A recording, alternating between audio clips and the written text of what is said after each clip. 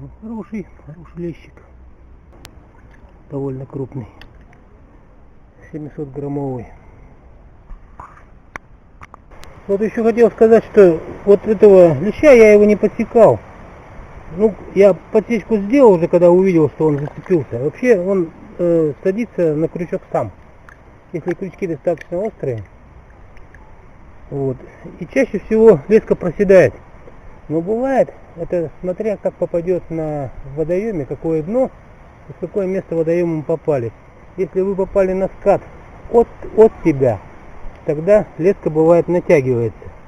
А когда скат на вас, тогда она проседает чаще после поклевки.